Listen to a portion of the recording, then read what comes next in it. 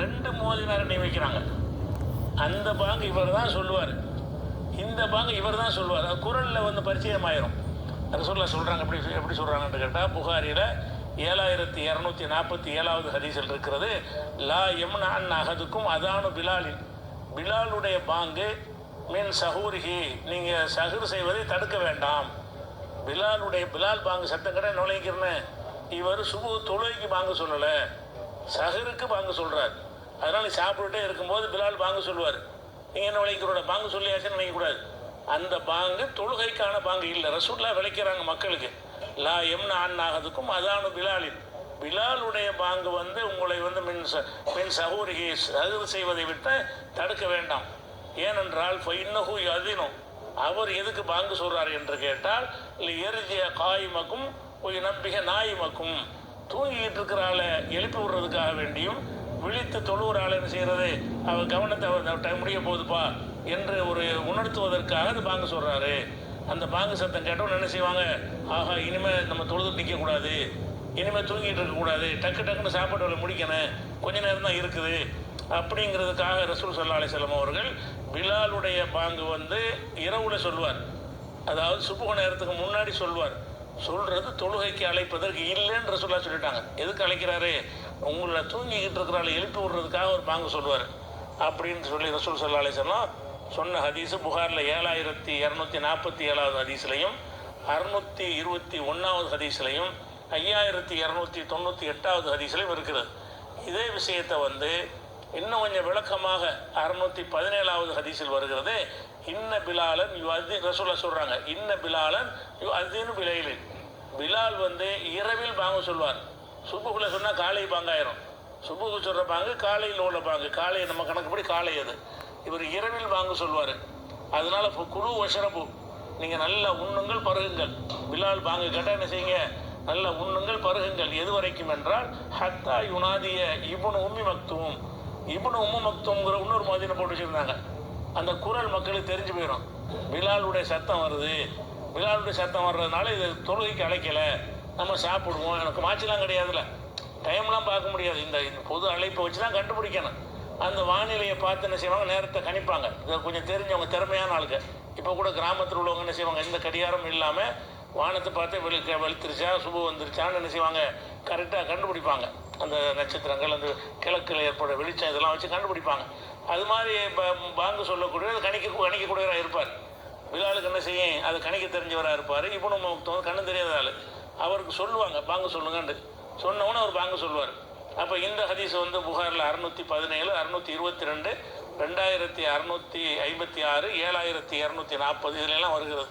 அப்போ வந்து இதெல்லாம் என்னன்னு கேட்டால், 2 பாங்கு சொல்லப்பட்டதுனால நிறைய பேர் என்ன செய்கிறாங்கன்னா, பாங்கு சொன்னாலும் சாப்பிட்லான்னு விளங்குறாங்க. அந்த ஒரு ஹதீஸ் மட்டும் பார்த்துட்டு, பிலால் பாங்கு சொன்னால் நீங்கள் சஹரை நிப்பாட்டாதீங்க சாப்பிட்டு இருக்கீங்கிறாங்க.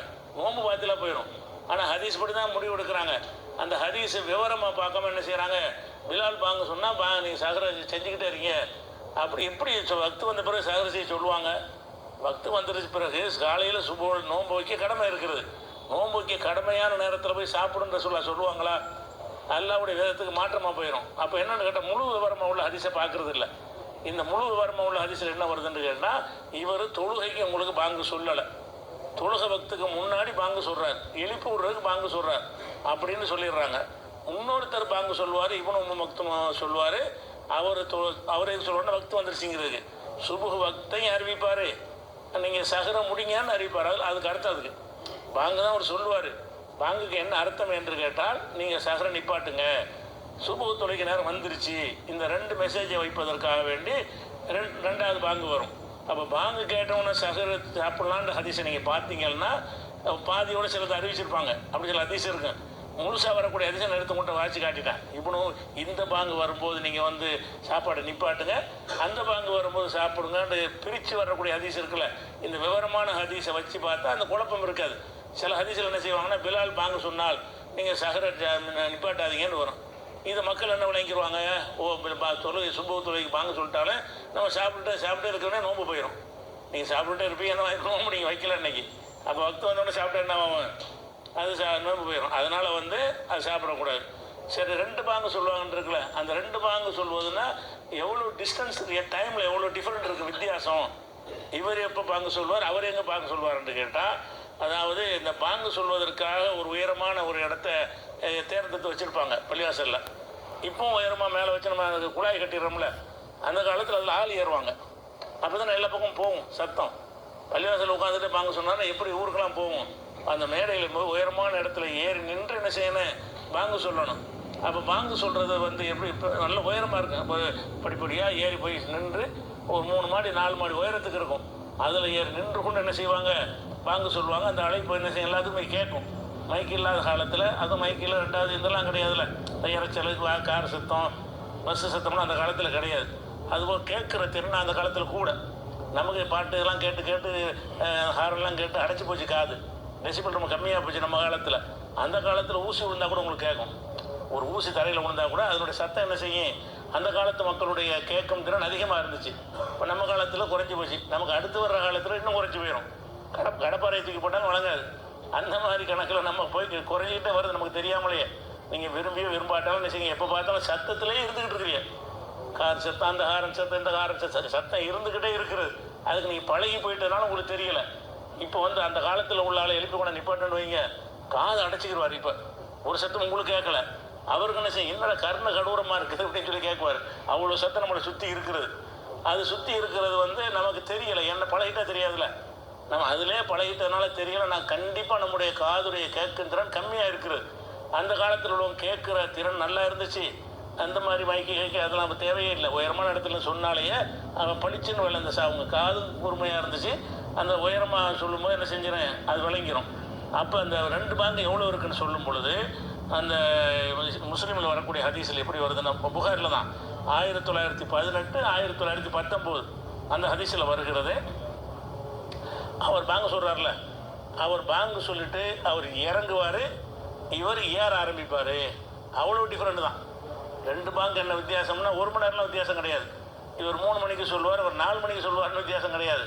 அவர் நம்ம 3:30க்கு சொல்லுவார், இவர் 4க்கு சொல்லுவார். அது ஏறுறதுக்கு ஆகும், ஏறுறது 10 நிமிஷம் ஆகும். உயரமான இடத்துக்கு போகிறதுக்கு லிஃப்ட்லாம் கிடையாதுல்ல, ஒருபடியாக ஏறி மேலே போகணும், பாங்கு சொல்லணும், அவர் இறங்கி வரணும், வந்த பிறகு இவர் ஒன்றா போய் ஏறணும்.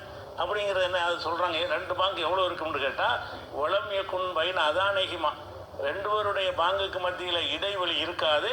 இல்லா இயற்காதா ஒயின் சொல்லுதா, அவர் இறங்குவார், இவர் ஏறுவார், அவ்வளோதான். அவர் பாங்கு சொல்லிட்டு இறங்கணும், இவர் ஏற ஆரம்பிச்சிடுவார். அந்த பிலால் பாங்கு சொல்லிட்டு இறங்குவார். ஏன்னு கேட்டால் கடைசி நேரத்தில் சகர் செஞ்சால் தான் நோன்பு லேசாக இருக்கும். நீங்கள் வந்து 3 மணிக்கே சாப்பிட்டுட்டீங்கன்னா இந்த அதிக நேரம் பட்னியாக இருக்க வேண்டி வந்துடும். 5 மணிக்கு நெருக்கமாக சாப்பிட்டீங்கன்னா 2 மணி நேரம் உங்களுக்கு கம்மியாக போயிடுதில்ல. 3 மணிலேருந்து சூரியன் மறைகிற வரைக்கும் எடுத்தீங்கன்னா 3 to 3 12, அப்புறம் 15 மணி நேரம் ஆயிரும். நீங்கள் 5 மணிக்கு நெருக்கமாக ஒரு 4:45 சாப்பிட்டீங்கன்னு வைங்க, அப்படின்னா 5 to 6 தான், 11 மணி நேரம். நம்ம பட்டினியாக இருக்கிற நேரம் வந்து 11 மணியாக போயிடும். லேட்டாக சகர் பண்ணீங்கன்னா, முன்னாடியே சகர் பண்ணீங்கன்னா நீங்கள் பட்டினியாக இருக்கிற நேரம் வந்து 2 மணி நேரம் ஜாஸ்தியாக போயிடும். அதனால என்ன செய்கிறாங்கன்னா, கடைசியில் தான் செய்யணுங்கிறதுக்காக ரசூலுல்லாஹ் என்ன செய்வாங்கன்னா 2 முதல்ல பண்ணுவாங்க. பெரிய வித்தியாசம் இருக்குது. அவர் ஏறுவார் இறங்குவார்னு ஒரு இலக்கியமாக சொல்கிறாங்க. பெரிய டிஃப்ரெண்ட் இறங்கணும்னு அப்படி அர்த்தம் கிடையாது. பெரிய டிஃப்ரெண்ட் இருக்கார். அவர் சொல்லிட்டு இறங்குவார், இவர் ஏற ஆரம்பிச்சிருவார் அப்படின்னு சொல்லி அந்த ஒரு கணக்கில் சொல்கிறாங்க. அதனால் அந்த ஒரு இன்னொரு ஹதீஸில் என்ன வருதுன்னு கேட்டால், அப்போ இது புகாரில் வரக்கூடிய 575 ஹதீஸில் என்ன வருதுன்னு கேட்டால், ரசூலுல்லாஹ்வோடு நாங்கள்லாம் சஹர் செஞ்சுட்டு உடனே தொழுகைக்கு போயிடுவோம். சஹர் செய்வோம், சஹர் செஞ்சு முடிய வக்தாயிரும். அப்போ எவ்வளோ நெருக்கத்தில் சாப்பிட்ருக்காங்கன்னு பாருங்கள். நம்ம 3 மணிக்கு சஹர் செஞ்சுவிட்டு 2 மணி நேரம் உட்காந்துக்கிட்டே இருப்போம். உட்காந்துட்டு தூங்கவும் செஞ்சுருவாங்க நிறைய பேர் தொழுகைக்கு போகாமல். ஏன்னா 3 மணிக்கு சஹர் செஞ்சு அப்படியே தள்ளுமா இல்லையா. ஆனால் ஒரு 4:45 சஹர் பண்ணிங்கன்னா முடியும் தொழுகைக்கு போக வசதியாக இருக்கும். அப்போ ரசூல் ஸல்லல்லாஹு அலைஹி வஸல்லம் காலத்தில் என்ன செய்வாங்கன்னு கேட்டால், சஹரும் மான் நபி ஸல்லல்லாஹு அலைஹி வஸல்லம், ரசூலுல்லாஹ்வோட சஹர் பண்ணிவிட்டு சும்மா காமு இல ஸலாத், உடனே தொழுகைக்கு போயிடுவார்கள். சஹரை முடிப்பாங்க, தொழுகைக்கு போயிடுவாங்க. அப்படிங்கிற ஒரு ஹதீஸில் வரும்போது கூடுதலாக என்ன வருதுன்னு கேட்டால், ஒருத்தர் கேட்குறாரு, அப்போ 2க்கு எவ்வளோ இடைவெளி இருக்குது, அந்த சஹருக்கு சஹர் செய்ய ஆரம்பிக்கிறீங்கல்ல அதுக்கும் இகாமத்துக்கும் எவ்வளோ டைம் இருக்கும், டைமில் சொல்லுங்கன்னு கேட்குறாரு ஒரு ஆள். அவர் என்ன சொல்கிறாருன்னு கேட்டால், கம் பைனகுமா, 2க்கு மத்தியில் உள்ள